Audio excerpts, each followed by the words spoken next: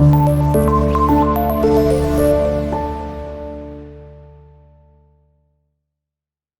वालेकुम स्टूडेंट्स, मैं हूं अमार दारा का आपका फिजिक्स टीचर। हम लोग आज से फर्स्ट ईयर फिजिक्स स्टार्ट करेंगे और इस लेक्चर सीरीज के अंदर हम इंशाल्लाह फर्स्ट ईयर फिजिक्स को जो पंजाब टेक्स्ट बुक बोर्ड की फिजिक्स है इसको डिस्कस करेंगे। आज के जो हमारा लेक्चर है ये हम चैप्टर नंबर 1 से स्टार्ट करेंगे। चैप्टर नंबर 1 है हमारे पास मेजरमेंट्स का, और आज के लेक्चर में हम लोग इंट्रोडक्शन टू फिजिक्स के बारे में देखेंगे कि हमारे पास फिजिक्स क्या है और इसके बैकग्राउंड्स क्या क्या है। तो शुरू करते हैं बेटा आज का लेक्चर।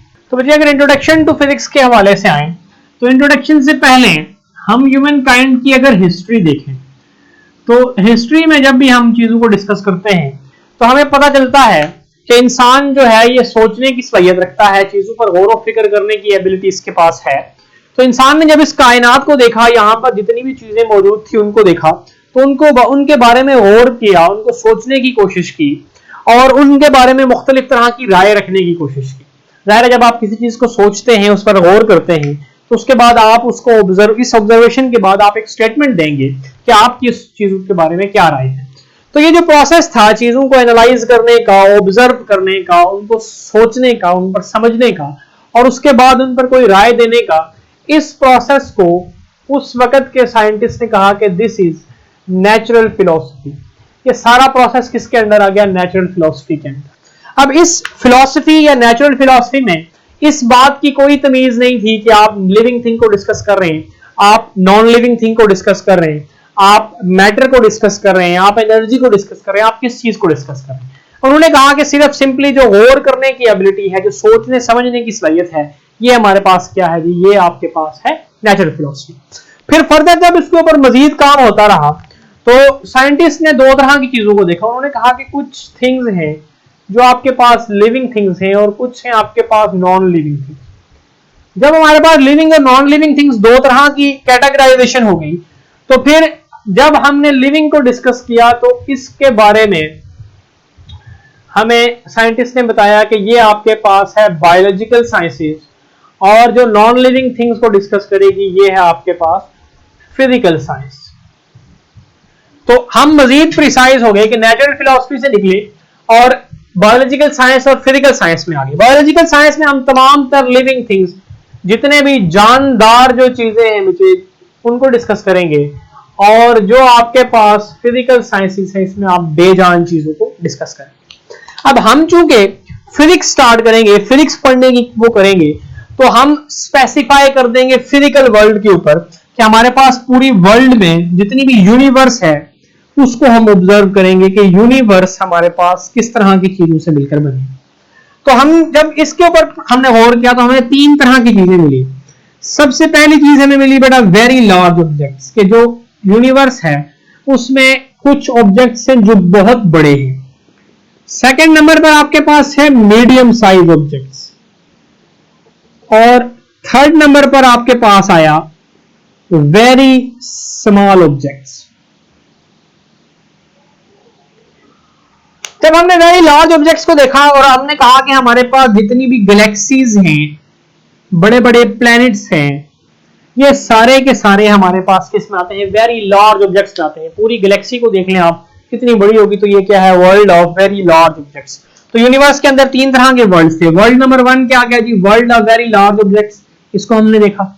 सेकंड नंबर पर है world of medium size objects. Medium size objects जो हम डेली लाइफ में यूज करते हैं, जैसे कि आपने बिल्डिंग्स देखी हैं, आपने ह्यूमन बीइंग्स को देखा है। इसमें बैक्टीरियल इफेक्ट्स भी जो आते हैं बेटा, बैक्टीरिया वगैरह जैसे ऑर्गेनिज्म है, ये भी मीडियम साइज में आते हैं। अब ये मीडियम साइज में क्यों आते हैं इसको हम देखते हैं। इसलिए आते हैं बेटा कि हमारे पास एक वर्ल्ड है जो बहुत स्मॉल ऑब्जेक्ट्स का है। वेरी स्मॉल ऑब्जेक्ट्स जो चीजें हैं, विच मींस दैट कि वो माइक्रोस्कोपिक लेवल तक है। माइक्रोस्कोपिक लेवल जो है उसको आप नेकेड आई से ऑब्जर्व नहीं कर सकते, आपको उसके लिए एटम के अंदर घुसना पड़ेगा। लेट्स सपोज आपके पास एक अगर एटम था, तो आप जब एटम के अंदर आएंगे उसमें आप इलेक्ट्रॉन, प्रोटॉन, न्यूट्रॉन, न्यूक्लियस, इन तमाम चीजों को डिस्कस करेंगे। और अगर आप इस के भी अंदर, न्यूक्लियस के भी अंदर चले जाएं और आप देखेंगे ये किससे मिलकर बने हुए हैं, तो आपको अंदाजा होगा कि ये क्वार्क से मिलकर बना हुआ है। तो ये जो वर्ल्ड है हमारे पास, ये है world of very small objects. तो पूरी यूनिवर्स हमारे पास जो है ये तीन तरह के ऑब्जेक्ट से मिलकर बनी हुई है। World of very large objects, medium size objects और world of very small objects. अब इस यूनिवर्स में हमने मजीद जब गौर किया तो हमें दो चीजें नजर आई।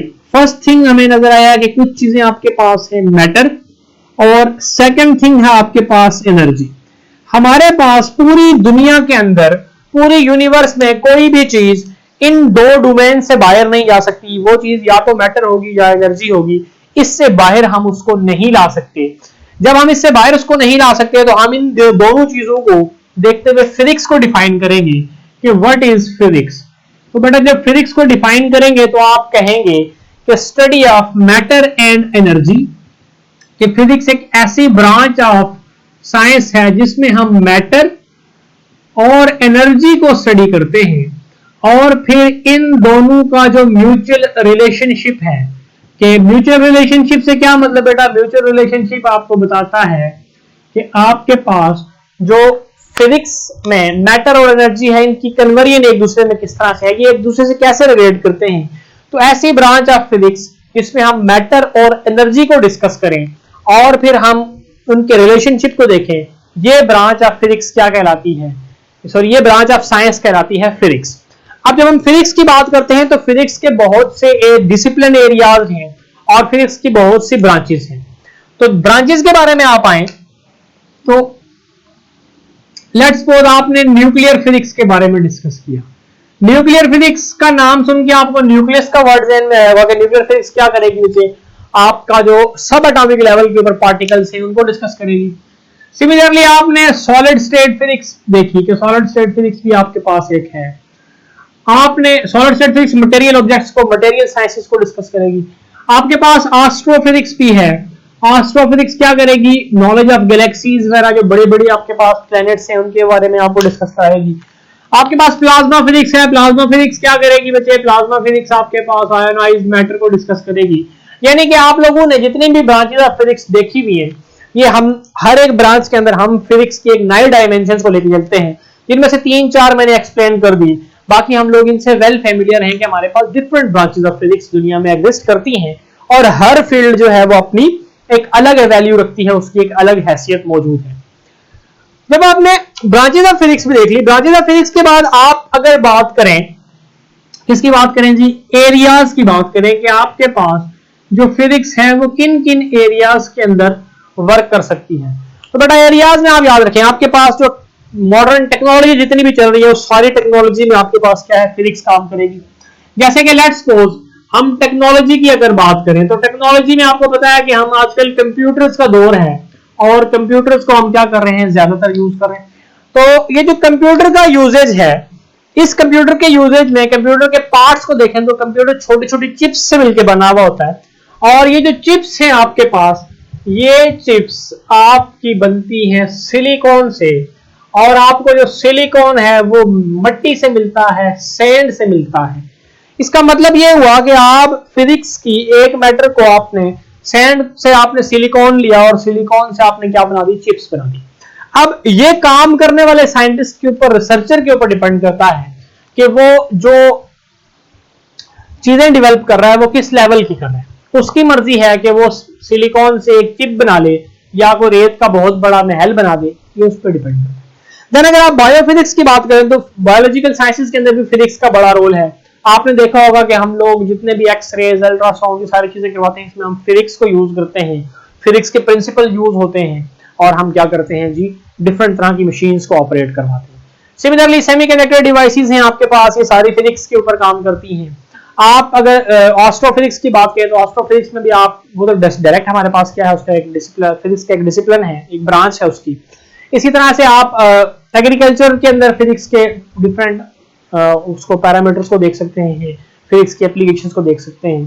तो हमारे पास बहुत सी ऐसी ब्रांचेस डेली लाइफ में एग्जिस्ट करती हैं, इंटरडिसिप्लिन्स जो है हमारे पास, जो फिजिक्स से डायरेक्टली फिजिक्स तो नहीं है लेकिन फिजिक्स उनके ऊपर असर करती है, उनको हम इंटरडिसिप्लिनरी फिजिक्स कहते हैं। तो इस तरह हमारे पास बहुत सी चीजें जो डेली लाइफ के अंदर मौजूद है। तो इसका मतलब ये हुआ कि जो स्टडी ऑफ फिजिक्स है ये बड़ी इंपॉर्टेंट है। तो ये हमारे पास एक छोटा सा लेक्चर था, इंट्रोडक्शन टू फिजिक्स के हवाले से, हिस्ट्री थी थोड़ी बहुत, और फिर हमने फिजिक्स के जो डाइवर्सिटी है उसको डिस्कस किया। नेक्स्ट लेक्चर में हम क्या करेंगे, हम फिजिक्स को मजीद एक्सप्लोर करेंगे और फिर हम फिजिक्स के यूज करते हुए मेजरमेंट्स चीजों की तरफ बढ़ेंगे कि चीजों को मेजर कैसे कर सकते हैं। इंशाल्लाह नेक्स्ट लेक्चर में मिलेंगे। होपफुली आप लोगों को यहाँ तक चीजें समझ आई होंगी, कोई नई बात हमने डिस्कस नहीं की, जस्ट एक ओवरव्यू, एक बिल्डअप दिया कि हमारे पास फिजिक्स होती क्या है। फिर भी आप लोगों का कोई क्वेश्चन हो तो आप लोग पोर्टल के थ्रू मुझसे डिस्कस कर सकते हैं। अपना ख्याल रखिएगा, नेक्स्ट लेक्चर में नए टॉपिक के साथ मिलेंगे। अल्लाह।